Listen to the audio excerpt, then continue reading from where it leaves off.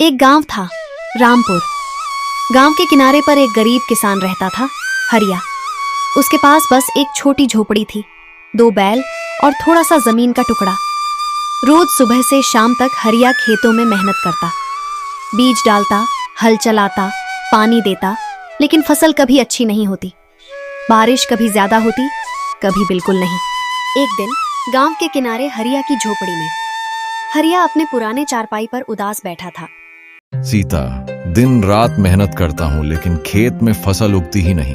लगता है मिट्टी भी मुझसे नाराज है। नाराज मिट्टी नहीं है हरिया, बस वक्त खराब है। तू हिम्मत मत हार। कर्जा इतना हो गया है कि कर्ज देने वाले रोज दरवाजे पर आ जाते हैं। समझ नहीं आता क्या करूं। अपने दिल को मजबूत कर। खेत और हल तो तेरे दोस्त हैं। शायद किस्मत कभी हम पर भी मेहरबान हो। उसी वक्त उनका छोटा बेटा मुन्ना भूख से रोता है। माँ, मुझे रोटी चाहिए। सीता अपनी आंखों के आंसू रोककर कहती है, बस बेटा थोड़ी देर रुक, अभी कुछ बनाती हूँ। हरिया अंदर ही अंदर घबराया हुआ है। उसके मन में सिर्फ एक ही बात है, हे भगवान, मेरे बच्चे भूखे सो जाते हैं और मैं कुछ नहीं कर पाता। क्या मेरी किस्मत हमेशा ऐसी ही रहेगी?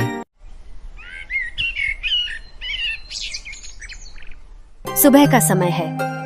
गांव के चौपाल पर लोग बैठकर आपस में बातें कर रहे हैं। हरिया अपने बैल के साथ खेत की तरफ जा रहा था। देखो तो जरा, ये हरिया फिर मिट्टी खोदने जा रहा है। फसल उगती तो है नहीं, बस हल चलाता रहता है। हाँ, इसे किसान कैसे कहेंगे? ये तो बस कर्जा बनाने का काम जानता है। इसके घर में रोटी तक नहीं होती। बेचारा तो अपने बच्चों को भी ढंग से खिला नहीं पाता। सब मुझे जलील करते हैं। शायद मैं ही किस्मत का मारा हूँ, लेकिन क्या करूँ, खेत छोड़ भी नहीं सकता। हरिया, दूसरों की बातों पर ध्यान मत दे। गांव वाले हमेशा ताने मारते हैं, लेकिन सच तो ये है कि तुम ईमानदारी से मेहनत करते हो। पर सीता, मेहनत का फल तो मुझे कभी मिला ही नहीं। सब्र कर हरिया, किस्मत एक दिन जरूर बदलती है। एक दिन दोपहर का समय था। सूरज की धूप बहुत तेज थी और हरि के माथे से पसीना बह रहा था। वह अपने खेत में हल चला रहा था, लेकिन उसके मन में उदासी थी। तभी रास्ते से एक बूढ़े फकीर गुजरता है और उसे देखकर रुक जाता है। बेटा, इतनी धूप में इतनी मेहनत कर रहा है, लेकिन तेरे चेहरे पर इतनी उदासी क्यों है? बाबा, मैं मेहनत तो रोज करता हूँ, पर फसल कभी अच्छी होती ही नहीं। ऊपर से कर्जा भी बढ़ता जा रहा है। तो क्या तू हिम्मत हार गया है? हिम्मत तो अब भी है, पर कब तक सब्र करूं, यह समझ नहीं आता। सब्र ही सबसे बड़ा हथियार है बेटा। भगवान मेहनती इंसान का इम्तिहान लेते हैं। फकीर अपनी झोली से एक छोटा सा बीज निकालता है और हरिया को देता है। यह बीज ले, इसे अपने खेत में बे देना। इसकी देखभाल ऐसे करना जैसे अपने बच्चों की करता है। यह तेरा नसीब बदल देगा। बस एक बीज से किस्मत बदलेगी बाबा? विश्वास रख, किस्मत उन्हीं पर मेहरबान होती है जो मेहनत और ईमान से काम करते हैं। हरि ने वह बीज अपने हाथ में लिया और फकीर को प्रणाम किया।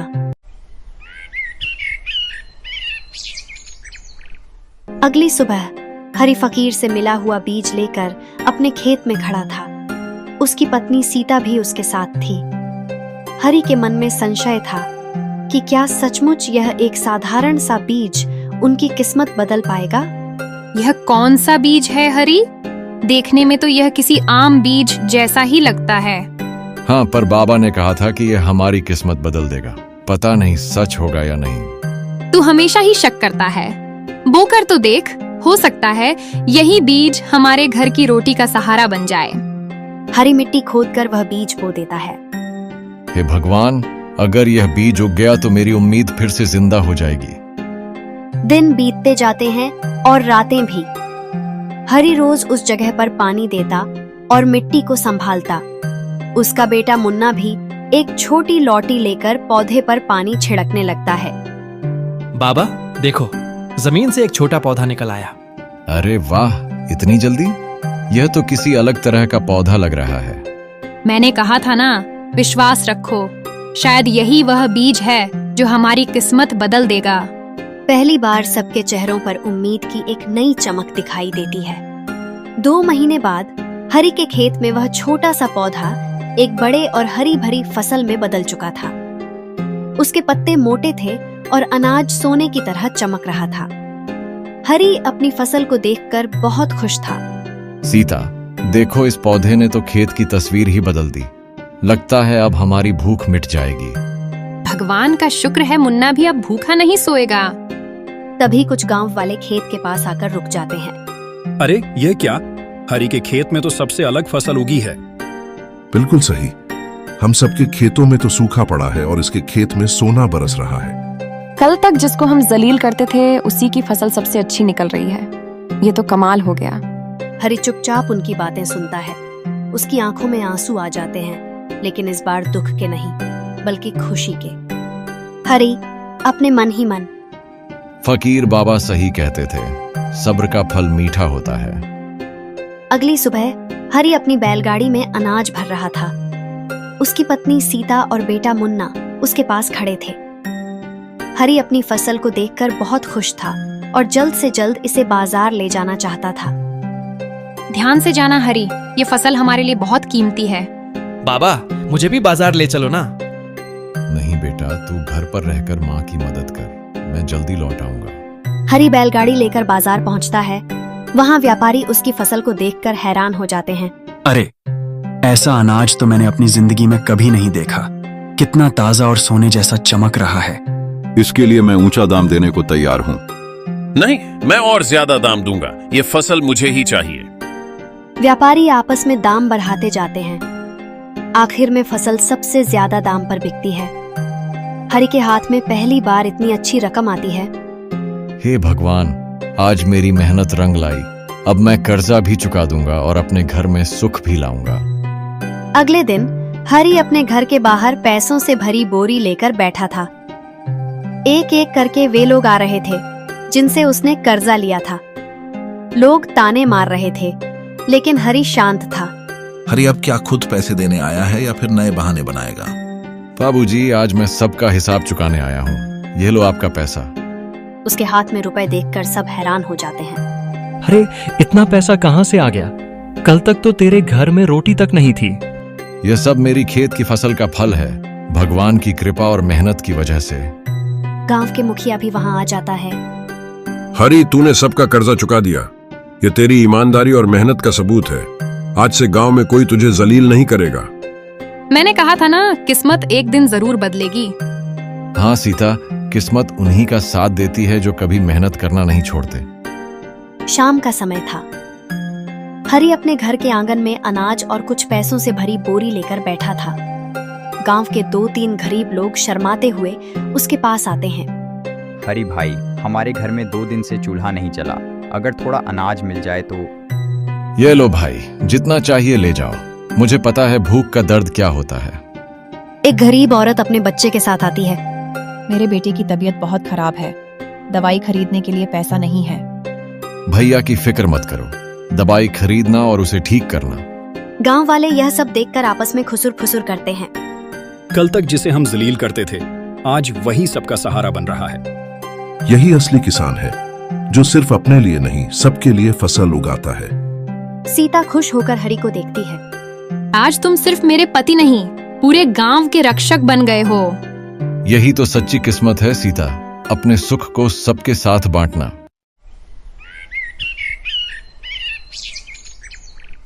अगले दिन गांव के चौपाल में सभी लोग इकट्ठा थे। हरी और उसका परिवार भी वहां मौजूद था। गांव के मुखिया ने हरी की मेहनत और ईमानदारी की मिसाल देने के लिए सबको बुलाया था। गांव वालों, आज हमें एक मिसाल देखने को मिली है। हरी ने अपनी मेहनत और ईमानदारी से सबका दिल जीत लिया है। हरी भाई, कल तक हमने तुम्हें जलील किया, हमें माफ कर देना। आज तुम हमारे लिए एक मिसाल हो। हाँ, सच में हमने कभी नहीं सोचा था कि एक गरीब इंसान इतनी इज्जत का हकदार बन सकता है। गांव वालों, मैं सिर्फ अपनी मेहनत करता हूँ। किस्मत उन्हीं का साथ देती है जो कभी हिम्मत नहीं हारते। अगर मैं आज खुश हूँ तो इससे आप भी खुश हो जाओ। देखा हरी, मेहनत और धैर्य से सब कुछ मुमकिन है। सभी लोग तालियां बजाते हैं और हरी को गले लगाते हैं। उसके चेहरे पर एक नई खुशी और गर्व की चमक है। यही असली किस्मत है। जो इंसान मेहनत और ईमानदारी से जीता है, उसे पूरा गांव सम्मान देता है। 1 महीने बाद हरी का खेत हरा भरा था। और उसके घर में सुख शांति थी। गांव वाले भी अब उसे सम्मान की नजर से देखते थे। हरि और उसका परिवार इस बदलाव से बेहद खुश थे। हरि, अब हमारे घर में कभी भूख नहीं लगेगी और हम सब गरीबों की मदद भी कर पाएंगे। हाँ सीता, सच में जब इंसान मेहनत और ईमानदारी से काम करता है तो किस्मत भी साथ देती है, और जो दूसरों के लिए कुछ करता है उसकी इज्जत और खुशी कभी कम नहीं होती। मुन्ना खेत में खेलते हुए चिल्लाता है, बाबा देखो, फसलों की खुशबू सब तरफ फैल गई है। गांव वाले सब हमारे घर की तारीफ कर रहे हैं। बेटा, याद रखना, असली किस्मत सिर्फ पैसा या दौलत नहीं होती। ये तो तब होती है जब इंसान अपनी मेहनत और दिल से सबके लिए कुछ करता है। गांव के मुखिया और लोग आते हैं, हरि को फूल देते हैं और सम्मानित करते हैं। हरि, तुमने हमें सीख दी है कि सब्र और मेहनत ही असली शक्ति है। गरीबी या मुश्किलें कभी रोक नहीं सकती जब किस्मत पर विश्वास हो। हरि और सीता एक दूसरे को देखकर मुस्कुराते हैं।